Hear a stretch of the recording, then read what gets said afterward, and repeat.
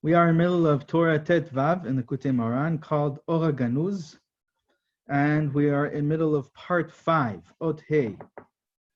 And here in this Torah, Rabbi Nachman is explaining to us how he gives us the formula that we can use to experience the taste of the hidden light, the essence of light, already now and already here in this experience, in this world, in this physical world.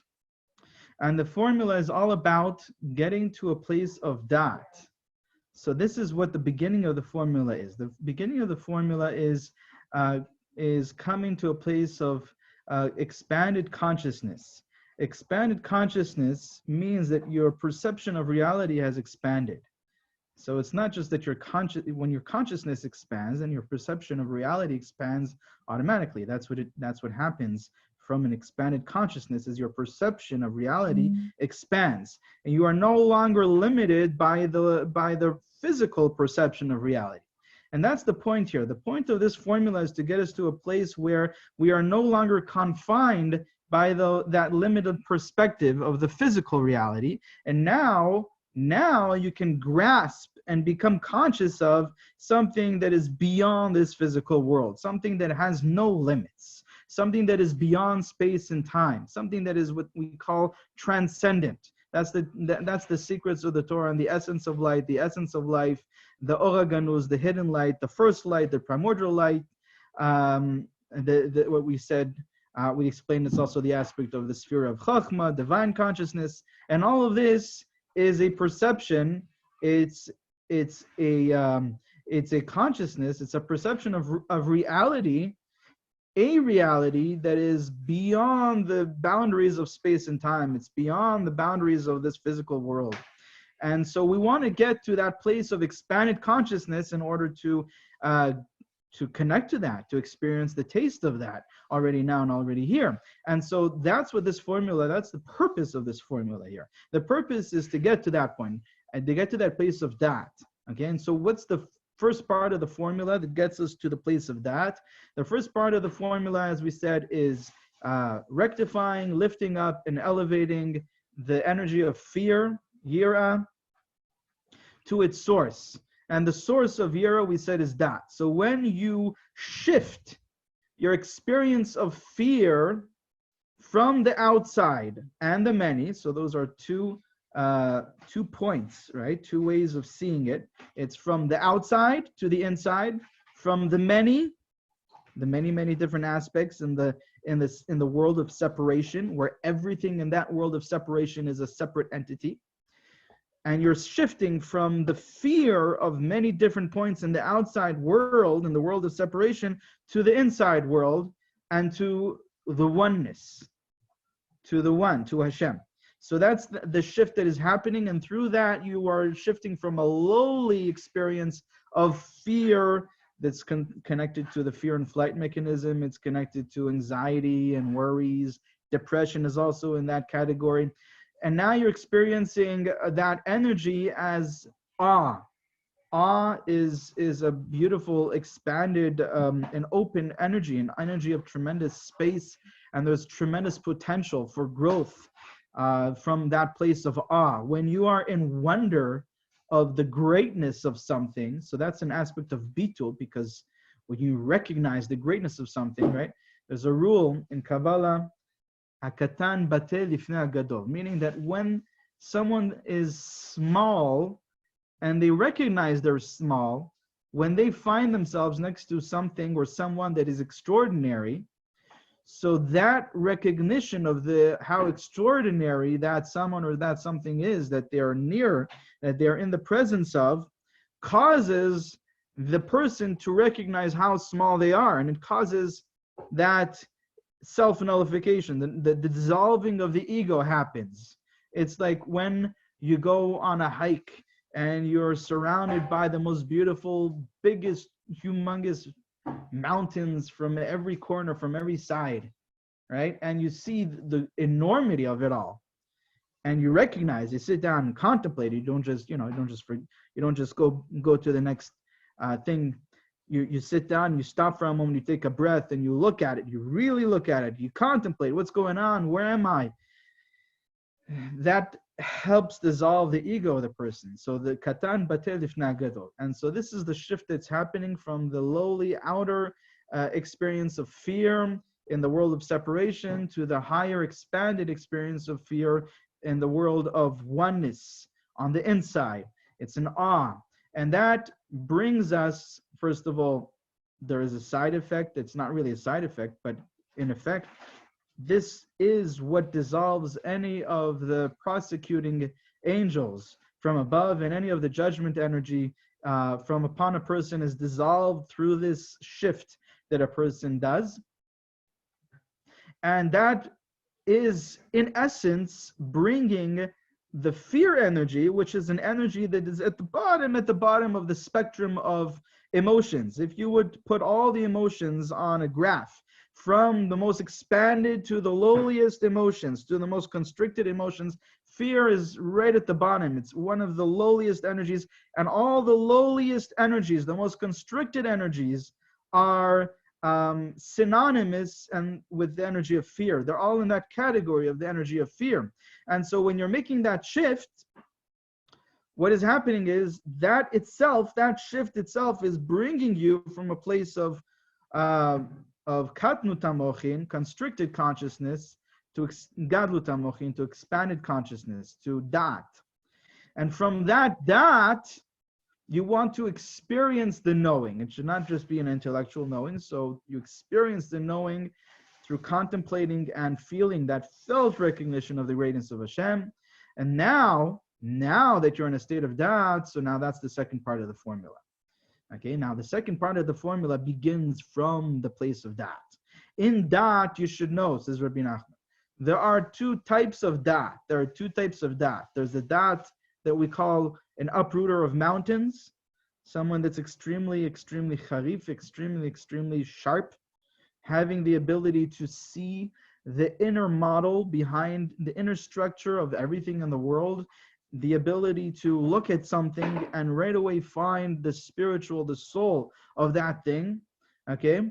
Looking at a sugya and being able to build up from one tiny line, one tiny sentence, a whole sugya. That's called okerarim, and that's the power that is more in line with the secrets of the Torah. Okay, that's the ability to give drashot. It's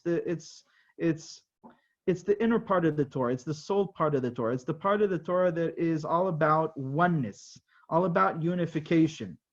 Okay, it's all about the theory of everything that unifies everything, behind everything. Whereas the other type of dat is knowing many details. Okay, that's called Sinai. It's remembering and containing in your heart many details. And the ability to contain many details, that's called the pshatim, pshate oraita. It's speaking about all of the halachot, and the ability to know what is written in the Shulchan Aruch for every specific situation that can arise. And that could include millions, billions of situations. Every day, another million situations can arise because it's endless, the different circumstances and different life experiences of everyone, right? Of the global community, and the whole world.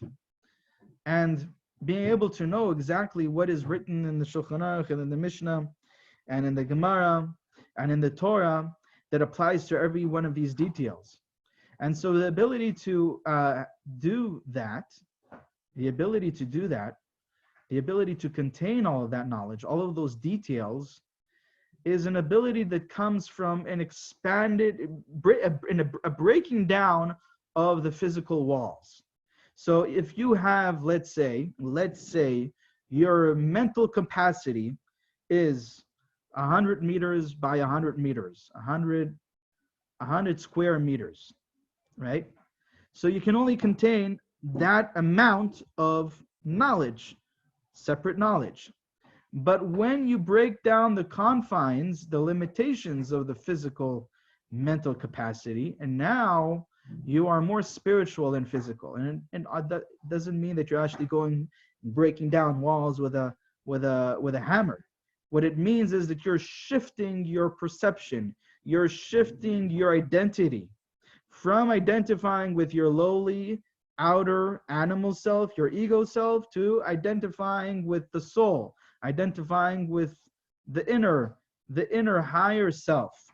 And when you recognize and you recognize that part of yourself, and you see the world from that part of yourself, now your space has expanded to contain many details in your heart, in your knowledge, in your memory. Why is that? Because now you're seeing the world from the perspective, from the inner perspective, from the higher perspective. And so basically what we are saying, in other words, what we are saying is that the Sinai is going to lead you to Ohr HaGanuz. Okay, the power of Sinai, the power to remember everything, all the many details, to contain tremendous, vast amounts of Torah knowledge in your heart, is going to come from the energy of Ohr HaGanuz. It's going to come from the ability to unify the many details and to see everything from the inner perspective. But we need to travel up that spectrum. We have to travel up that ladder, up those levels, in order to develop that consciousness. Because what we want to get to, in essence, and the goal, the place of Ohr HaGanuz, the place of uprooter of mountains, was called Torah Tanistar, the hidden part of the Torah, is all about that expanded consciousness. It's all about the ability to contain. Imagine, okay, when you look at the sun, if you look at the sun without any sunglasses, without anything in the middle, okay, a person cannot look at the sun for more than a second or two. And the reason is because your physical tools for perceiving light are limited to a certain spectrum. They're limited to a certain brightness. And when you get beyond that, a person can burn the body can be burnt. If it's too much for it to handle, it can just be burned from it. And the same thing, imagine now a light that is 1 billion, not 1 million, and not 100, and not 1,000 times the sunlight, but 1 billion times the brightness of the sun. It's the essence of light. All the light in the universe, in the physical world, times 1 billion, because we're adding to it, and we're not adding, we're really multiplying it by the amount of light in the spiritual world, not just in the first spiritual world beyond this physical world, but in all the millions of spiritual worlds and dimensions, all the way to the source of light, to the essence of light, to the sphere of Chokhmah. So that is something that's 1 billion, it's more than 1 billion, it's probably 1 billion times 1 billion times 1 billion times 1 billion, 1 billion times 1 billion, 1 billion times, okay? And even that is probably very small next to what it really actually is. And so you have to get to a place where you are no longer perceiving light and looking at the light with your physical limited ego, your ego eyes, your ego perception of reality. That's the only way to experience the taste of the hidden light in this physical world.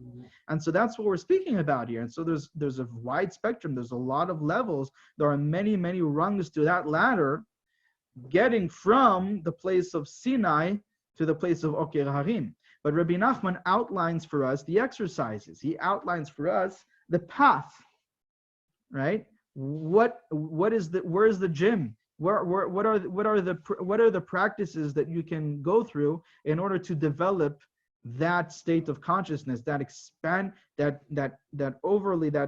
infinitely expanded consciousness that can perceive the essence of light? And so he says that you practice through the revealed part of the Torah, the halachot, and the revealed part of the Torah is the aspect of Sinai, okay? And the Sinai, every time that you practice knowing more and more of the Sinai, more and more of the details, containing more of the details, what you're doing is you are every time you're breaking more and more walls in that limited space, in your mental capacity, in your heart, and you are expanding your heart to contain more and more knowledge, right? It's very easy to remember one rule in Kabbalah, and that's not where you're going to practice expanding that consciousness. Where are you going to practice that? Where are you going to really, really test it out is when you train yourself to remember vast amounts of halachot and mishnayot, the revealed part of the Torah, and gemarot. And when you do that, that itself is strengthening the muscle of what we're saying, expanding the consciousness. And so that's going to bring you to a level, to the extent that you practice that, what's called Sinai, and to the extent that you strengthen that muscle called Sinai, you increase that superpower called Sinai, that's the extent that you will be able to come to prayer, to davening to Hashem, and speak to Hashem from a place of selflessness. Speak to Hashem from self-sacrifice, from no ego, from no one, from nowhere, from no place, from no time, okay? From a dissolving of the ego. That's the type of prayer that is going to come, and to the extent that you have practiced and strengthened the Sinai and developed the Sinai. And from that place of prayer and developing a relationship with Hashem, what you're doing, developing that relationship from a place of no ego, from a place of selflessness, what we said, self-sacrifice, the bitul, the mesirut nefesh, you are allowing more and more of that light of Hashem to fill up your space, the space that you have at this moment. And by developing more and more that relationship, allowing more and more of that light into that space, and every time expanding that space to the extent that you are training and developing your Sinai power, that will bring you to more and more perception of the secrets of the Torah, more and more of that deeper awareness and that deeper understanding of the secrets of the universe, the secrets of reality, which is exactly the goal in all of this, right? So that's the end of the formula. So the point is, this whole beginning of the formula is to bring us to a place of da'at by going up from yira, constricted consciousness, and shifting to the yira that is in its source, the yira that is in da'at, and da'at in the heart. That's the expanded energy of consciousness. And now that you're in da'at, so you need to increase that da'at, right? Now that you're in the gym, so now work out. Now strengthen those muscles. Now that you have brought the da'at, now strengthen that, increase that da'at. And you do that through this work that we spoke about, the Sinai, and the Sinai leads to the Tefillah b'Mesirut Nefesh, which leads to the end of the formula, the goal of the formula, the secrets of the Torah, which is basically where the Ohr HaGanuz is contained, is hidden. And so this is in short the whole formula of this Torah. And now Rabbi Nachman is in the middle of explaining to us how it all fits into the story of Rabbi Bar Chana and about this tremendously humongous frog that we spoke about, the Akrukta, that was as big as the city of Hagronia, which the city of Hagronia was as big as 60 houses. It contained 60 houses, and then that huge serpent came and swallowed this frog, and then the raven came and swallowed the serpent, and that raven went and ascended the tree and sat on the branch of the tree. So imagine how great is the strength of this tree and the branch. And then Rav Papa, the son of Shmuel, said, if I had not been there, I would not have believed him. So obviously this is all a metaphor for something much deeper that is happening. We said that in Torah Gimel, Rabbi Nachman has a whole Torah on this Gemara as well. Here, Rabbi Nachman is explaining, similar to Torah Gimel, that Sephardeya is made up of two parts. Tzipo Deya. Tzipo is the bird, and we explained that the bird is the aspect of Malchut. Why do we explain that the bird is the aspect of Malchut? Because we connected the bird to the aspect of Mikenaf ha'aretz zemirot. The bird is the aspect of the land, the earth. The earth, from the corners of the earth, or from the wings of the earth, we heard song. So we see the connection between the bird that sings and has wings to the aspect of Aretz, which is Malchut. And Malchut is the Yira.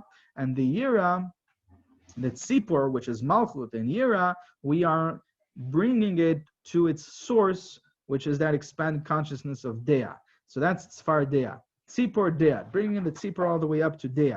And the second part of this next part of the story is that this Tzfar Dea was as big as 60 cities. It contained 60 cities in this city. I'm sorry. This frog was as big as the city of Hagronia. The next part is that the city of Hagronia contains 60 houses. But this frog was as big as the city of Hagronia. So that's what we're up to here. V'damya le'akra de Hagronia, leshon kira b'garon, sheze b'chinat Torah shebenigre, כמו שאמרו חכמינו זיכרונם לברכה, למוציאיהם בפה, כעל ידי עליית היראה לבחינת דעת, זוכין לתורה שבנגלה. So this is very, very fascinating how Rabbi Nachman is giving us all the parallels, explaining us all the different bechinot. Okay, Rabbi Nachman's Torah is all bechinot. Rabbi Nachman said himself. It's all aspects. So basically, Rabbi Nachman, what he does is he organizes for you reality from the Torah's perspective. And that's what bechinot is all about. It's about taking any picture of reality, any snapshot of reality, and looking in that picture, you should know that every snapshot of reality is a microcosm of all of reality. Okay, that's the way Kabbalah teaches us the world reality is all about. Every tiny snapshot of reality is a microcosm of all of reality. And within the tiniest particle is contained the whole universe. Right? And so Rabbi Nachman in his Torah is always explaining to us, when you take a snapshot of reality, pay attention to all the many different aspects in that snapshot of reality and recognize what that aspect is from the perspective of the Torah, from the source, from the spiritual, from the soul perspective. And so that's what he does here as well. And he explains to us that this aspect of Sinai, which we already aligned and put into the category of Torah Tanigle, which is something that the Gemara does beremes. The Gemara says that everyone needs Marich Hitaya, right? Everyone needs the merchant of grains, of wheat, of flour, and that's the revealed part, the halachot. Okay, the halachot that everyone needs.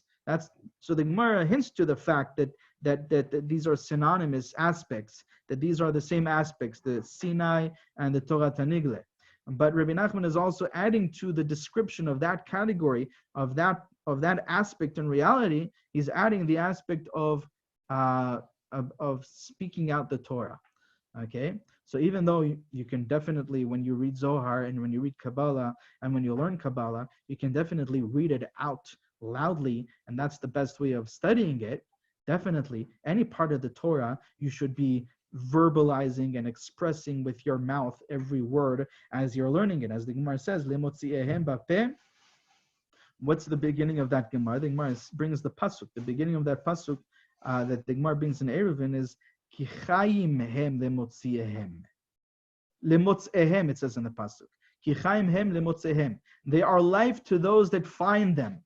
And the Gemara makes a drasha, lemotzehem atikre lemotzehem ela lemotzi'ehem bapeh. To those that enunciate the words with their mouth.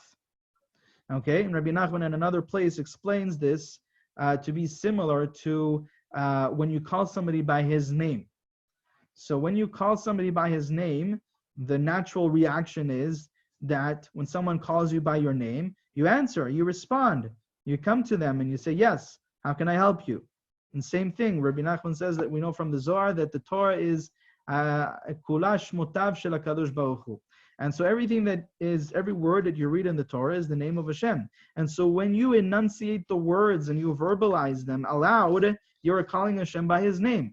So that's why Rabbi Nachman explains that the Gemara says that the words of the Torah are life to those that verbalize the words of the Torah. Why? Because who is the source of, what is the source of life and who is the source of life?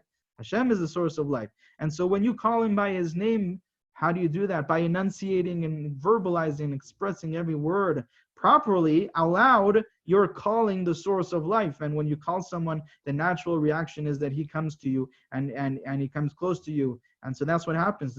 Life is being drawn to you when you call out to the source of life. So that's what's going on in that Gemara over there. But so this applies to any part of the Torah. It applies to the secrets of the Torah as well. But Rabbi Nachman is explaining to us the aspect of this avoda of enunciating, expressing, verbalizing the words aloud.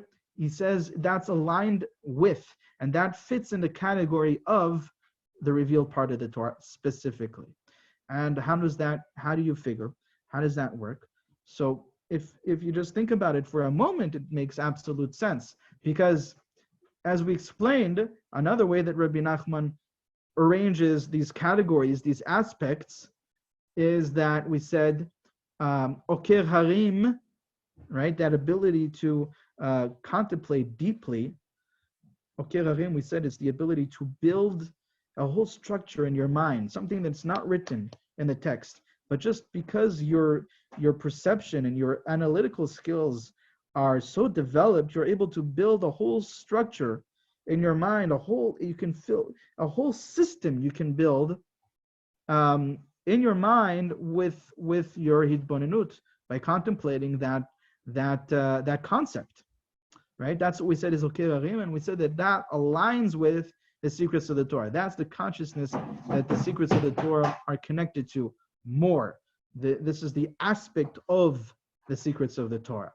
And so, when is it that you are usually studying Torah with your mouth and enunciating the words? Is it when you're studying Torah using the type of consciousness that we call Ohr Harim, or is it when you're studying Torah and using the type of consciousness called Sinai? It's usually when you're using the part of the Torah, you're studying the Torah in the way of Sinai, which is all about the Mishnayot. It's all about what's written in the book. It's all about the halachot, the Shulchan Aruch, it's the Gemarot. Okay, that's what it's all about. It's all about reading what is already here, what was given to us, the tradition. Okay, that was given to us on Sinai. Whereas the Ohr Harim is all about silent learning. It's all about developing this aspect of Torah learning that is going on in your mind, right? Where you're building a whole system, understanding one idea from the other idea, and connecting different concepts to each other, and seeing what is different between them and what is connected, and seeing how one idea is going to explain the other, and the other is going to bring more clarity to the first. All of that is happening in your contemplating, in your mind, in your consciousness, and it's happening silently. Okay, it's happening silently because it's a much deeper, much higher place. It's a place of achdut. It's a place of what's called shtika. Shtika. Lo matzati guf tov mishtika. And siag lachochma shtika, it says in the Mishnah and Avot. Why siag lachochma shtika? Because the aspect of shtika, the aspect of silent contemplation, is the aspect of chochma. And sometimes it can bring a person to a place of keter, which is the siag, which is the crown that surrounds the chochma. And so that's the aspect of that. The silent contemplation lines up with the aspect of the secrets of the Torah. That's what the secrets of the Torah is all about. It's all about seeing, perceiving the soul, the soul that unites everything, all the many details. And so all of that is happening deep within, in your perception, in your consciousness. You're not sitting there and reading this. It's happening deep within. Whereas the aspect of the Torah, the category of this avodah of reading aloud, is all about the Torah Tanigle. And so that's why he says here that the fact that the Tzefardea, the Tzipor Dea, is as big as the Akra, the Hagronia. He says Hagronia is made up. It sounds like two words of Kra Begaron. Kra Begaron Atachsoch is the pasuk that Rabbi Nachman is referring to. Kra Begaron Atachsoch. Cry out from your throat and do not hold back. It's a pasuk in Yeshaya. And so, Kra Begaron Shezeh B'chinat Torah, and that's the aspect, says Rabbi Nachman, of the revealed part of the Torah.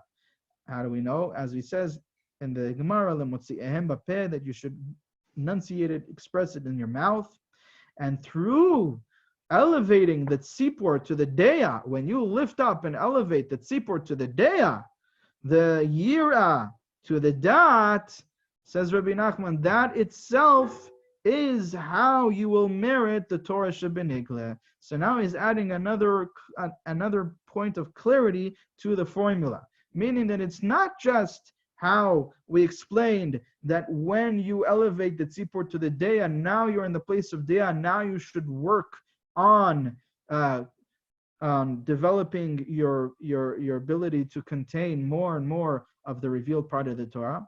But it's more than that. Just by shifting from a lowly yira, a disconnected yira, to a high, open, expanded yira, meaning that you're elevating the yira to its source, that tikkun itself, that shift itself is going to allow you to contain more and more of the revealed part of the Torah, to merit, to memorize, and to remember, and to, in your heart, to have the space for all of this vast knowledge of revealed part of the Torah, which is the aspect of Sinai. And so we'll see more about the next part of the story in the next year, Bezrat Hashem.